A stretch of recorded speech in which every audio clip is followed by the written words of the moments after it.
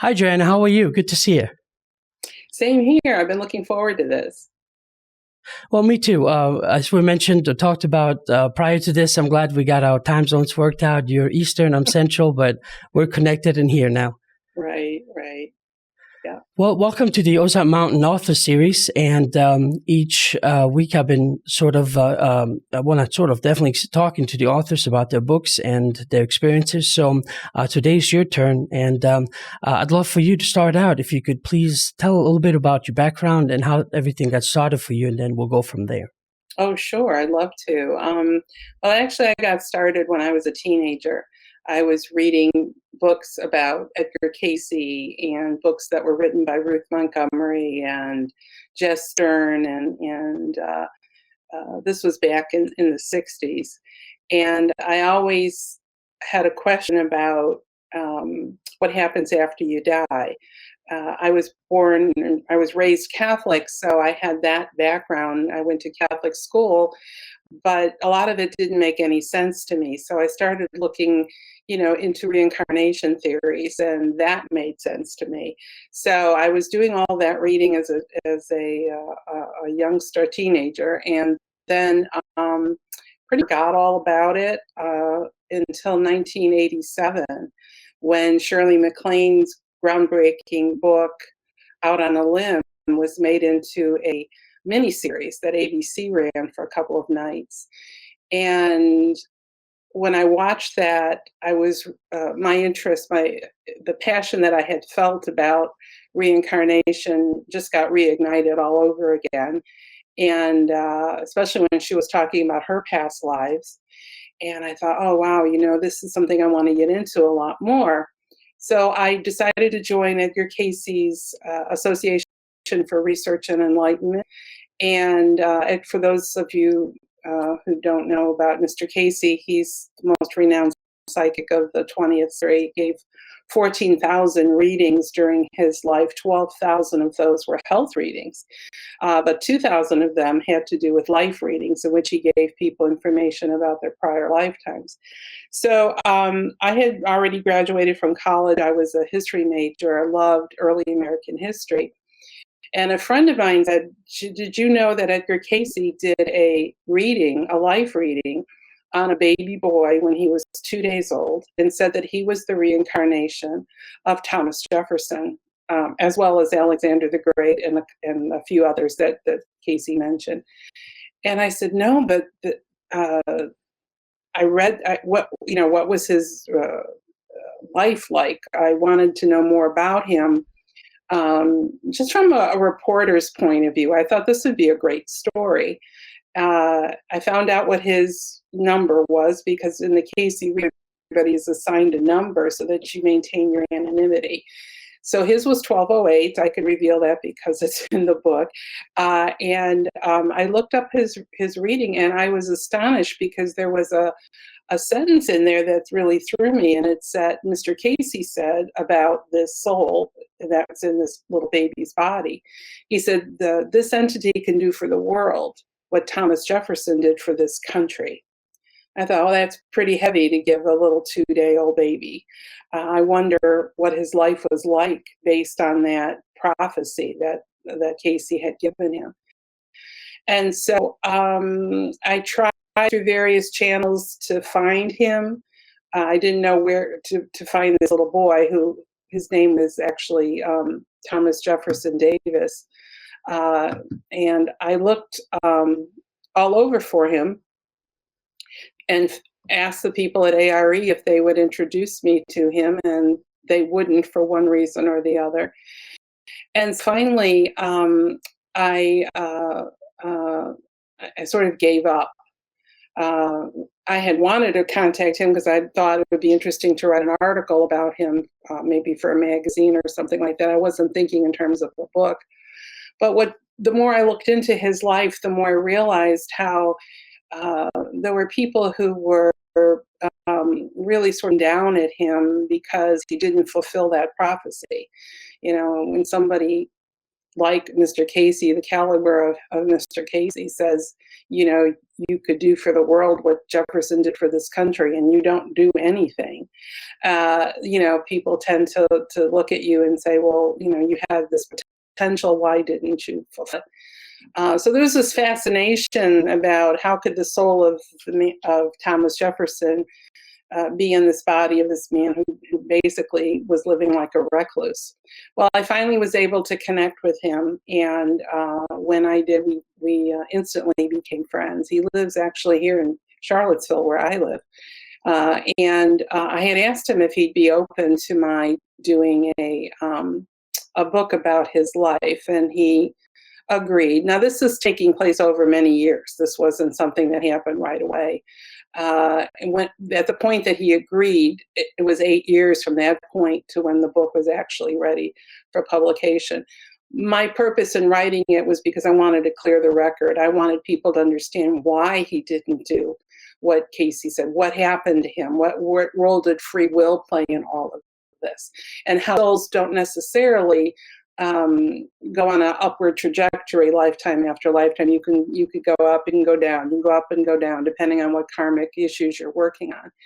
So that was the incentive for me to write the book. I spent many years going back and forth to Virginia Beach, where ARE has its headquarters. I was allowed to go into their archives at the Edgar Cayce Foundation, where there were files of all the letters that were written and the cards and all this background information that the public isn't aware of. So I went through TJ's file and any file of anybody that knew him, and pieced together a timeline of his life during the 8 years that he lived with Edgar Cayce in the Cayce household. Because I should say that, and there's a lot to that story of how they got together, but TJ Davis is actually the nephew of Edgar Cayce's secretary, Gladys Davis. And so that was his way of getting to Mr. Cayce. He said he and Mr. Cayce had been together multiple lifetimes. So the story of his journey, how he got to the Cayces, what his home life was like, and what he learned from Mr. Cayce over the years. And then tragically, Mr. Cayce died in 1945 when TJ was only 8 years old. And some of the promises about future readings and more guidance as to help this soul accomplish what was ahead of him never came to be. But so I wanted to share that remarkable story with everyone, and I did that in my book, Edgar Cayce and the Unfulfilled Destiny of Thomas Jefferson Reborn. Well, Joanne, that sounds very intriguing. Can you please tell me a little bit more about the details, however much you feel comfortable, about what it was specifically then that Edgar Cayce saw, and why it was that he didn't go about, pursuing what what the potential was. It's not that I guess he had to. Well, the soul of Cayce and the soul of T.J. Davis have been together in multiple lifetimes. I mean, going all the way back to Atlantis and ancient Egypt. So, we travel together as a soul family, like a pod. So from lifetime to lifetime to lifetime, the same souls are together. They change gender and they change roles, but it's the same souls. And so TJ wanted very much to be with Mr. Cayce in that lifetime, and he had no way of getting to him because by the time when he was in spirit, he thought, I want to be with him, but the Cayces were too old. They weren't having any more children. And so TJ thought, well, I'll come through my Aunt Gladys, but she wasn't married or having children. So then he decided, well, I'll come through Gladys's brother, Boyd, and his wife, Berlin. Boyd and Berlin Davis were heavy gamblers and they were alcoholics. And TJ's soul figured they won't want a baby and they'll give me up. They'll give me to Gladys, and through Gladys, I'll be able to get to Mr. Cayce. So it was really genius how he figured this whole thing out. And so the readings, the Cayce reads, as well as the background information, the letters that I found that Mr. Cayce wrote, that Gladys wrote, that TJ's parents wrote, I was able to piece together what his life was like as a child. And it wasn't very stable. He did not spend a lot of time with his parents. They separated fairly early in their marriage. His father went off to World War II. He didn't see him for years. His mother, again, had the issue of the alcoholism and the gambling, so she never had a steady job. And so he was sort of thrown from pillar to post. I mean, sometimes he was with Gladys, less time with his mother, but back and forth and back and forth. The times he was with Gladys were the times that he was with Mr. Cayce. And so he lived at the Cayce household in Virginia Beach. And Mr. Cayce just adored him. I mean, you could tell that by the pictures of them together, and also by the letters that Mr. Cayce wrote, in which he talked about TJ. They would spend hours and hours and hours out on a pier that jetted out into a lake behind the Cayce household. And when they were on that pier together, that was his classroom. Mr. Cayce taught him everything from how to see auras to reincarnation to the creation story. When he was in the Cayce garden, he was introduced to fairies. He lived this enchanted childhood, a childhood that an average mainstream child would never experience. I mean, TJ was talking about how he was lonely and he there were no kids around, and he would complain to Mr. Cayce. Mr. Cayce said, "I'll take care of that for you." And the next thing you know, TJ said there was a little girl on the pier when they were out fishing, and she was playing the violin. And Cayce said, "Here, go play with her. Her name is Stefanella." And she only spoke Italian. And TJ said that, he was only a couple of years old at that point. He didn't question who this little girl might have been, but he said at times he could put his hand through her. That was just one of the many stories he told about growing up. He saw Cayce levitate someone, just one story after the other about living in the household in which everybody that was there believed in reincarnation. Everybody knew everybody else's past life.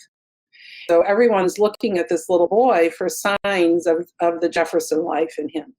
And it would pop up repeatedly. When he was about 3 years old, he came to Mr. Cayce and he started reciting the Declaration of Independence. And he said, I wrote that. And he did it again when he was in school. He had a history exam and he didn't know the answer to the question. So he wrote out Declaration of Independence and the about the religious freedom in Virginia, and he handed it in, and they suspended him because they thought, they knew he wasn't cheating because he was sitting right in front of them, and then they finally passed him to the next grade. But those are the kinds of things that happen on a continuous basis, and all of this was leading.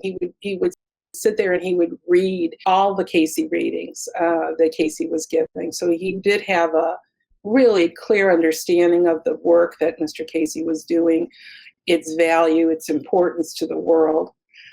I would say the biggest event happened that changed the trajectory of his life was that Mr. Cayce had suggested that he go to this school in New Hampshire called the High Mowing School. And the woman who founded it, her name was Mrs. Beulah Emmett. And she had a reading with Cayce, and Cayce said that she had worked with Aristotle in a previous lifetime. So Aristotle, of course, was Alexander's, the Great's teacher. And so they would have been together in that life. And Cayce thought this is the perfect place to send TJ for his training, because what he was going to be doing, going to an average public school, wasn't going to cut it. And so she agreed to take him when he was very, very young, younger than most of the students at her school. And he was all set. He was all packed. Gladys had their train tickets. They were ready to go. And at the last minute, his mother changed her mind and said no, that she didn't want him to go.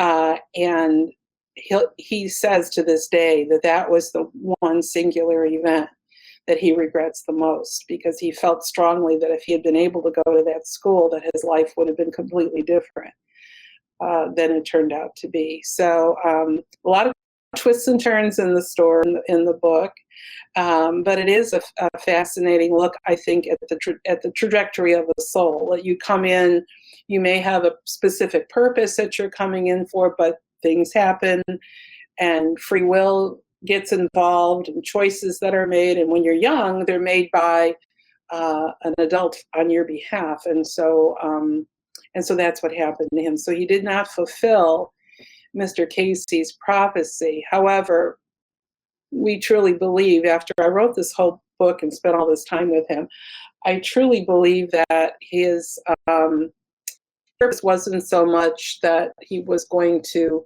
save the world in a traditional, like, political way. I think his purpose really was that he was being immersed in the Cayce material, and he was going to share that with the world. Because he always said to me, Joanne, any question that humanity can be answered in those readings, the answers are right there if we would just take the time to look at them. So that basically is his story, and I was really humbled and proud to be able to share that with everyone. Joanne, what I find surprising is this could also be part of, lack of knowledge on my end, but everything I've always ever heard about Edgar Cayce was that, he was this great channel that foresaw many great things. But these different things you just brought up are really news to me, that it almost seemed like his power was the channeling, not anything else. So, but it seems like there's more than at least I was aware of. Can you maybe speak a little bit to that, like that girl and you said that the gentleman who this book is about. By the way, the book is Edgar Cayce and the Unfulfilled Destiny of Thomas Jefferson Reborn, and it's also available on Ozark through audiobook, ebook, and of course hard copy. So what I wanted to ask is if you could go a little bit into that, if you have any information about Edgar Cayce, if he's what other things he was really just kind of, I guess, doing on the side besides the channeling? Not really. I don't know if any of this happened because of the special bond that he had with TJ, or I don't know of any other instances that I have read about where he was doing things like that. I mean, I do know about the levitation. I do know that when he would give readings, when he would have a group come to the house, and before he would begin, he would wait, because he said spirits were coming into the house, and TJ said he could see them manifesting, coming in, and he wanted to wait for them to get there before he would begin this little conversation or lecture, whatever he was doing. I know that at one point he channeled the Archangel Michael. TJ heard that, this voice bellowing out of Cayce. And I know that the whole story about the fairies in the garden, they had an asparagus garden that TJ would work in with Mr. Cayce. And he said one day he was out there and he saw these little stick figures with wings on them, and he came running in terrified, and Mr. Cayce said, "Oh no, those are elementals. They're make friends with them." And so, but what else went on?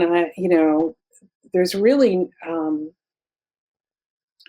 I don't know of any books that came out that were written from that perspective of somebody who actually lived in the Cayce household and was for a witness to what was happening. But I don't know also of any instances in which Cayce did some sort of a psychic manifestation for anybody else.